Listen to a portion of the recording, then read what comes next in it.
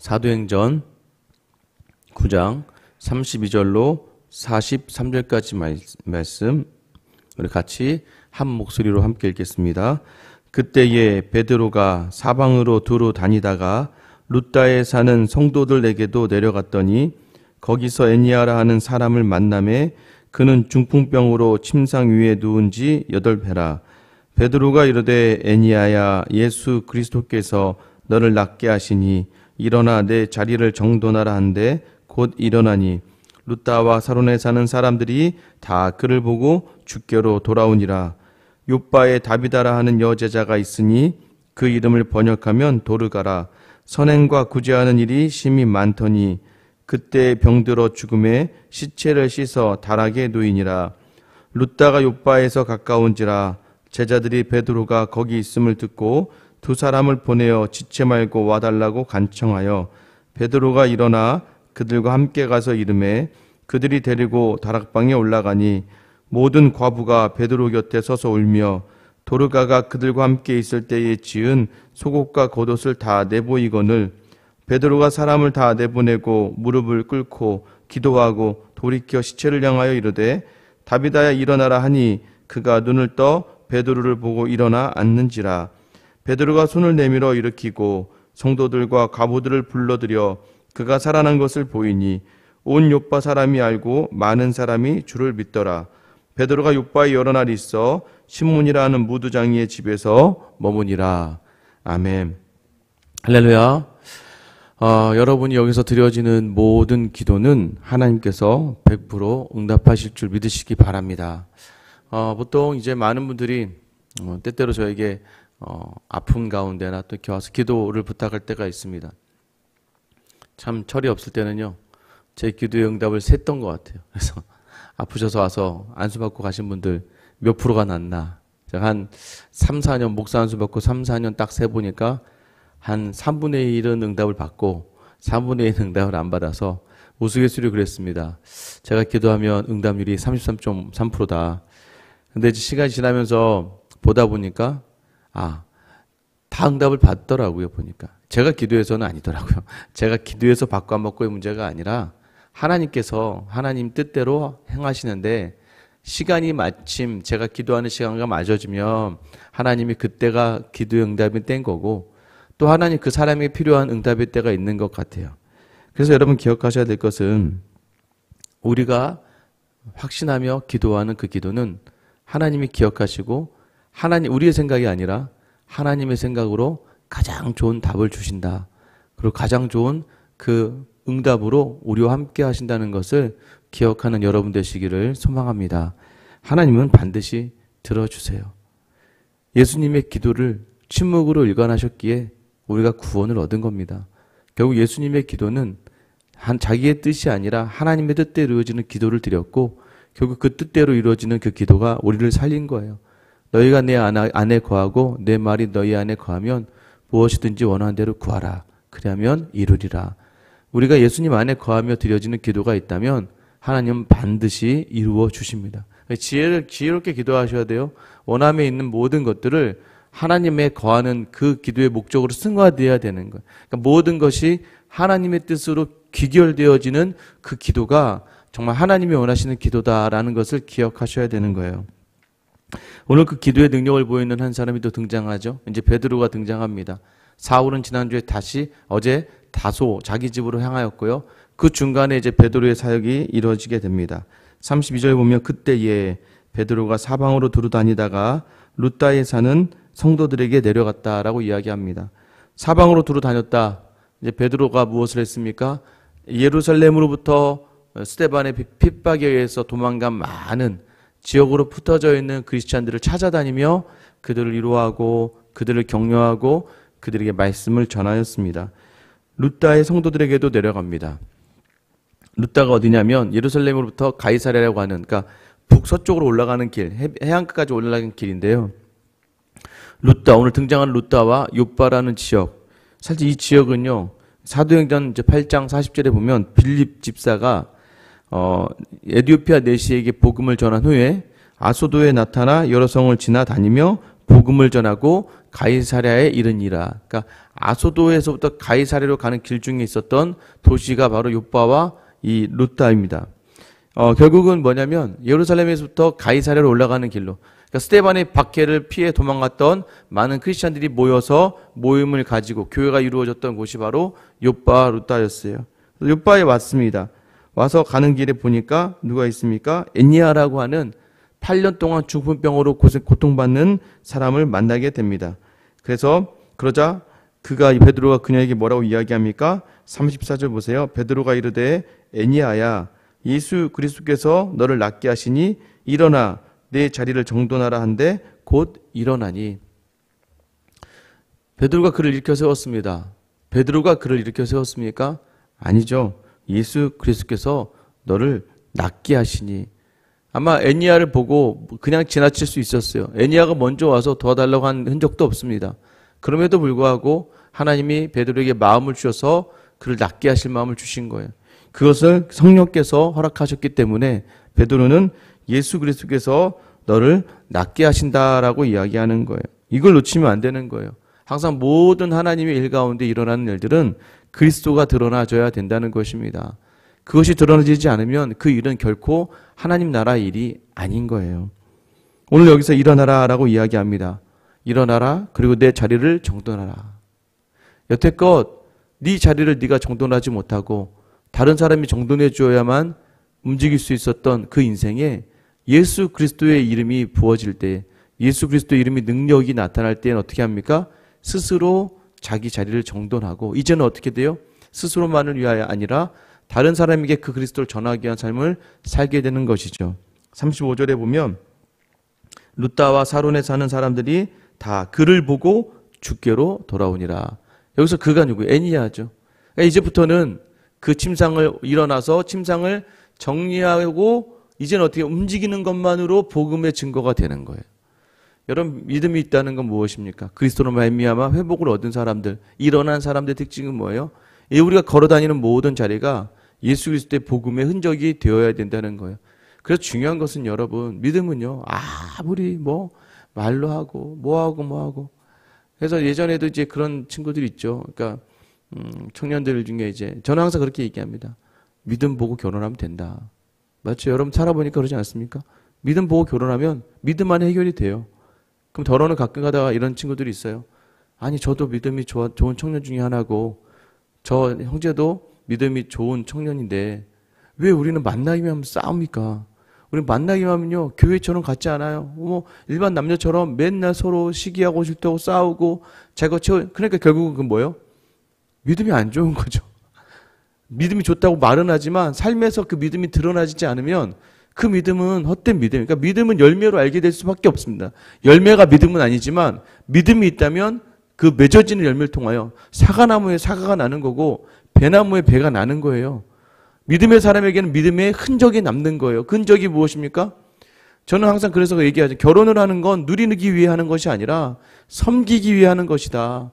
그것을 다 내 하나님 주신 교회로 여기며 잘 섬기기로 작정하며 하나가 되는 것이 바로 교회라는 거예요. 결국은 이 엔니아가 다니는 모든 길이 다 복음을 전하는 수단이 되어 그를 보는 자마다 교회로 올 수밖에 없는 거예요. 저는 여러분을 보면서 여러분의 가족과 여러분의 주변의 사람들이 교회로 올 수 있는 은혜가 있기를 축원합니다. 여러분, 그것이 바로 우리가 살아갈 복음의 증인의 삶이에요. 36절 보세요. 이어서 바로 욥바에 다비다라는 여제자가 있으니 그 이름을 번역하면 도르가라. 선행과 고지하는 일이 심히 많더니 그때의 병들어 죽음에 시체를 씻어 다락에 누이니라. 욥바는요, 지금 엔니아라고 사람을 고친 루다에서 한 18km 정도, 한 이제 반나절 정도 걸어가면 닿는 그렇게 먼 거리가 아니에요. 근데 거기 한 여제자가 있었는데 그녀는 선행과 구제의 일을 정말 많이 한 여인이라고 이야기합니다. 그런 그녀가 병들어 죽게 되었어요. 그래서 39절에 보면 베드로가 일어나 그들과 함께 가서 이름에 그들이 데리고 다락방에 올라가니, 원래 이제 그 38절에 보면 욥바가 루다가 욥바에서 가까워서 제자들이 베드로가 거기 있음을 들었어요. 그래서 두 사람을 보내서 지체 말고 와달라고 간청합니다. 아마 이때까지는 죽지는 않았던 것 같아요. 그러니까 병든 상태에서 죽어가고 있는 중이어서 베드로가 오면 살릴 수 있겠다라고 해서 오는 길에 아마 이 여인이 죽게 된 것 같아요. 근데 39절 보면 베드로가 일어나 그들과 함께 가서 이르매 그들이 데리고 다락방에 올라가니 여러분 이게 하나 좀 다른 겁니다. 원래 사람이 죽으면 유대의 습관이 하면 다락방에 두지 않고 1층에 둡니다. 1층에. 그러니까 보통 1층에서 장례식을 진행하는데 지금 이 사람은 이 지금 다비다 도르가라고 하는 사람이 죽었음에도 불구하고 그를 다락에 계속 두었다는 거예요. 그건 뭐가 있다는 거예요? 지금 베드로 사도가 오고 있으니 베드로 사도가 온다면 이 다비다를 살려줄 거야. 고쳐줄 거야 넘어서 이제는 살려줄 거라고 하는 확신이 있는 거예요. 그래서 그 다락방에서 내리질 않는 겁니다. 여러분 보세요. 모든 과부가 베드로 곁에 서서 울며 도르가가 그들과 함께 있을 때 지은 속옷과 겉옷을 다 내보이거늘. 그 믿음의 궁극체에 있던 사람들이요. 여러분 생각해 보세요. 과부들이 모든 과부가 그 도르가 다비다의 시체 곁에 서서 베드로가 오자마자 계속 서서 울었다는 거예요. 왜요? 이 여인이 많은 선행과 구제를 하였는데 특별히 그가 함께 만든 속옷과 겉옷을 보여줬다. 이건 뭐예요? 정말 이 다비다라는 여인은요. 가난한 이제 가부들과 또는 여러 가지 힘든 사람들을 위해서 자기가 가진 것으로 옷을 만들어서 옷을 나누고 많은 사람을 돕고 했던 정말 선행을 행했던 그러한 제자였습니다. 모두가 그의 죽음을 너무 아쉬워하는 거예요. 모두가 죽음을 아쉬워하여 곁에 서서 함께 울었다라고 이야기해요. 여러분은 어떤 마지막의 모습을 기대하십니까? 여러분 아무리 부자로 살아도 항상 얘기하잖아요. 정승집에 개가 죽으면 문정성시지만 정승이 죽으면 사람이 하나도 없다고 이야기하죠.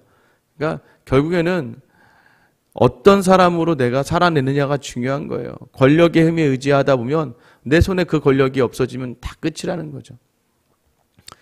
어제도 이제 설 맞이해서 한 청년이 왔는데 아버지가 이제 갑자기 아파서 이제 예전처럼 거동도 힘드시고 예전에 이제 큰 가수원도 하고 해서 마을에서는 이래저래 많은 사람들과 돈독하게 지냈던 분인데 따르던 동생들도 많았고 근데 최근에 이제 몸이 너무 힘들어져서 이제 전동휠체어를 타고 다니다가 얼마 전에 전동휠체어가 이제 그 웅덩이에 걸려서 이제 넘어졌나 봐요. 그래서 급하게 전화를 해서 아내에게 도와달라고. 근데 그 아내가 지나가다가 이제 그다음 이제 시골이니까 한 60대 초중반이면 이제 어린 동생들이죠.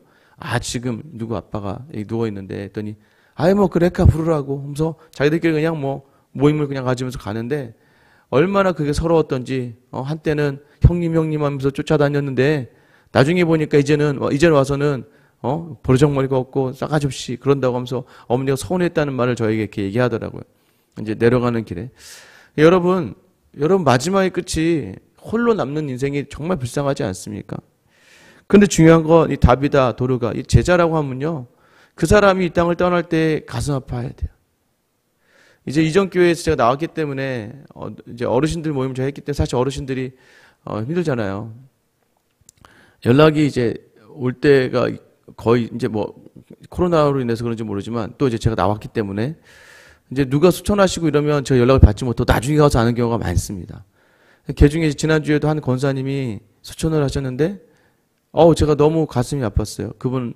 그분은 정말 그 풍이 오셔서 절름절름 하시는 그 발걸음 속에서도 어떻게든 그 먼 거리 노원에서 그 장충로까지를 보통 사람이면 1시간 1시간 반이면 올 수 있는 거리지만 쩔뚝쩔뚝 걸으시고 지팡이를 대시면서 수요일과 주일이면 2시간 반을 걸리면서 그 길을 오고 가셨던 분이에요.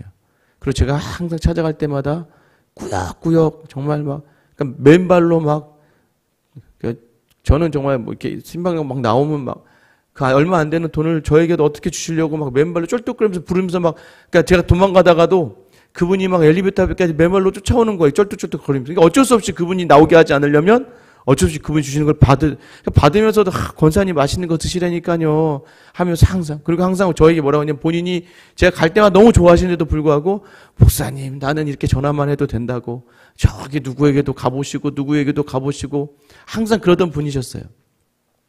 마침 이제 그분의 그 소천하신 소식을 딱 듣고 나서 보니까 가슴이 너무 메어지더라고요. 야, 그렇게 쉽게 가는 거구나. 그런데도 제 마음에 정말 그 가는 길을 축복하게 되더라고요. 정말 귀한 분이었다는 생각을 마음에 가지게 되더라고요. 여러분, 마지막 여름의 마지막 순간이 오늘 다비다와 도르가 이 여인이 보여준 그 마지막 모습. 참 장례를 칠 때마다 성도들의 반응을 많이 보게 되는데, 여러분, 참 제자는요, 그 사람이 헤어짐의 아쉬움을 많이 가지게 됩니다. 그리고 나서 그 마음, 그 곁에 서서 함께 오는 이런 많은 사람처럼 저는 여러분의 마지막 자리가 이런 믿음의 사람들로 말미암아 여러분의 마지막의 모습 함께 울어줄 수 있고 또 천국으로 환송하는 그 모든 길을 정말 환송할 수 있는 그런 은혜가 있기를 축원합니다. 여러분 40절 말씀 보세요. 베드로가 사람을 다 보내고 무릎을 꿇고 기도했습니다. 그러자 시체를 향하여 다비다야 일어나라 하니 그가 눈을 떠 베드로를 보고 일어나 앉은지라. 왜 이 다비다가 다시 살아났을까요? 사명이 끝나지 않았기 때문입니다. 왜 다시 죽었다 일어났을까요? 그 사명을 보이기 위해서입니다. 결국 그녀가 일어납니다. 그리고 41절에 보면 다른 사람들에게도 보이죠. 성도들에게도 보입니다. 그러자 욥바의 모든 사람들이 주를 믿게 되었다라고 이야기해요.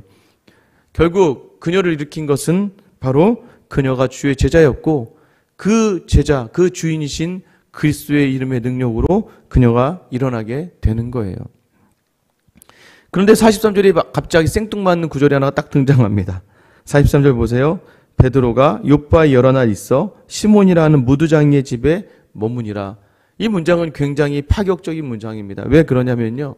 무두장이는 뭐냐면 이제 가죽 공예를 하는 사람이에요. 근데 이게 우리는 별로 생각이 없이 뭐 가죽 공예할 수 있지. 근데 여러분 기억하시죠? 유대의 율법에 의하면 죽은 사람이나 지금 죽은 짐승의 시체를 만지는 건 굉장히 부정한 일이에요. 그죠? 그러면 이 가죽을 만진다는 얘기는 죽은 시체의 피부를 만지고 있는 거기 때문에 굉장히 부정한 일입니다. 그래서 유대에 있는 사람들이 이런 사람은 상종을 하지 않아요. 거의 같이 있지 않습니다. 그러니까 우리 예전에 막 그 망난이 있잖아요. 망난이 막 맨날 사람 죽이는데 근처에 가지 않잖아요.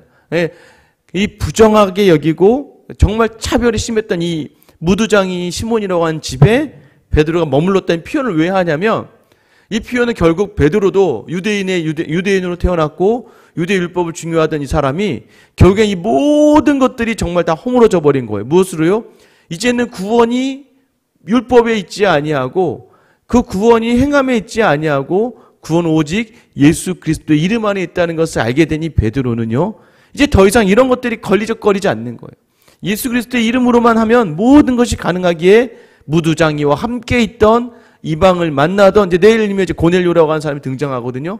이방의 백부장이 등장하는 모든 일들을 이제 점점점 이 베드로의 마음 가운데 복음이라고 하는 예수 그리스도를 통하여서만 가능하다고 이야기하는 자기 입으로 이야기한 것처럼 그리스도 예수께서 원하신다. 또 예전에 우리가 성전 문 앞에서 했던 것처럼 은과 금은 내게 없지만 내게 있는 건 내게 주노니 곧 나사렛 예수 그리스도의 이름으로 일어나 걸으라. 이제는 그가 알고 있었어요. 구원은 천국은 하나님의 나라는 그리스도 예수의 이름으로만 가능하다는 걸 알게 되었기 때문에 이제 무두장이 시몬의 집에 있는 것이 전혀 문제가 되지 않는 거예요. 여러분 이런 자유함이 여러분에게를 축원합니다. 진리를 알면 진리로 말미암아 자유해야 되는 거예요. 그런데 여전히 그 얽매이지 않기를 바라요. 뭐 여러분 정도 되면 제가 감히 이 말씀 드릴 수 있지만 새벽에 너무 막 피곤하고 그러는데 전날 막 무리하고 내일 새벽 해야 되는데 그때 너무 무리하지 마세요. 그냥 주님께 주님 오늘은 패스하겠습니다. 해도 하나님이 다 그 마음 아세요. 자유해야 돼요. 막 새벽에 매여서 막 심지어는 여러분 다 아유 내가 안 나가면 우리 목사님 불쌍해서 하는데 제가 불쌍해서 여러분 새벽 기도 나오십니까? 하나님 때문에 나와야 되고 예수님 때문에 나와야죠. 예배 저도 이제 마찬가지죠. 한 명이 있건 두 명이 있건 100명이 있건 1000명이 있건 그 그리스도 예수 때문에 예배하는 거고 그 그리스도 예수의 이름을 높이기 위해 예배하는 거죠. 이것을 놓치면 진리에 자유할 수가 없어요. 얼마에 막 성경도 오늘 3장 읽어야 돼. 오늘 3장 읽지 않으면 막 뭔가 막 찝찝한 거죠. 자기 만족이에요. 그것도 어떻게 보면. 꼭 왜 3장을 읽어야 됩니까? 되는 날은 10장도 읽고 안 되는 날은 1장도 읽고 그러나 그 마음이 거기 있는 게 중요해요. 물론 이것도 안 되면서 자꾸 그걸 핑계대는 정말 굉장히 게으른 사람도 있지만 그러나 중요한 것은 진리 안에 자유해야 돼요. 이 예배가 좋아야 돼요. 이 예배가 하나님께 드리는 예배이기 때문에 나오는 거고, 내가 그 곳에 기쁨이 있다는 거 아니까 나오는 거고, 몸이 힘들고 어려워도 기도하고 찬양하는 자리가 너무 행복하니까 나올 수 있는 그런 은혜가 있기를 축원합니다. 모든 자리가요, 예수 그리스도의 이름이 되는 거예요. 그래서요, 애니아라고 하는 여인도 그리스도 예수의 이름으로 일어나는 거예요. 일어나 걷게 되는 거예요. 다비다도 도르가도 그 그리스도 예수 이름의 능력으로 죽었다가 살아나는 거예요. 또 그리스도 예수 이름의 능력으로 그 복음엔 차별이 없다는 것을 알게 하셔서 그 누구와 만나도 누구와 함께 있어도 마음에 편안함이 있는 거예요. 여러분, 오늘 여러분에게 이런 은혜가 있기를 축원해요. 여러분의 모든 삶의 주의 이름의 능력, 오늘 여러분이 일어나셔야 돼요. 그리고 걸으셔야 돼요. 여러분 누워 있으면 안 돼요. 일어나, 주의 이름으로 일어나 가는 곳마다 주의 이름의 증인이 되는 삶을 사셔야 돼요. 내일부터 이제 연휴가 시작하지 않습니까? 이제 코로나 때문에 많이 움직이시지도 못하고, 제가 볼 때는 가족들 모여도 잠깐 너무 옆집 신고제가 워낙 잘 돼 있더라고요. 신고가 잘 돼 있어 신고하면 된다고 모든 지금 며느리들이 서로 신고해 달라고 한다고 하고 이제 내가 어느 집에 갈 텐데 가게 되면 신고해 달라고. 여러분 참 마음 아픈 시대가 되었지만 또 코로나로 인해 많이 어렵지만 그러나 여러분 오늘부터 연휴의 기간으로 들어갈 때에 여러분의 자리가 그리스도의 이름만을 보며 자녀 안 보면 어떻습니까? 그러나 중요한 건 그 시간을 이름으로 주의 이름으로 이겨내며 그 이름을 능력을 보일 수 있고 또 선을 행하며 하나님의 이름을 드러내는 복음의 증인의 삶이 여러분에 있게 되기를 예수님의 이름으로 축원합니다.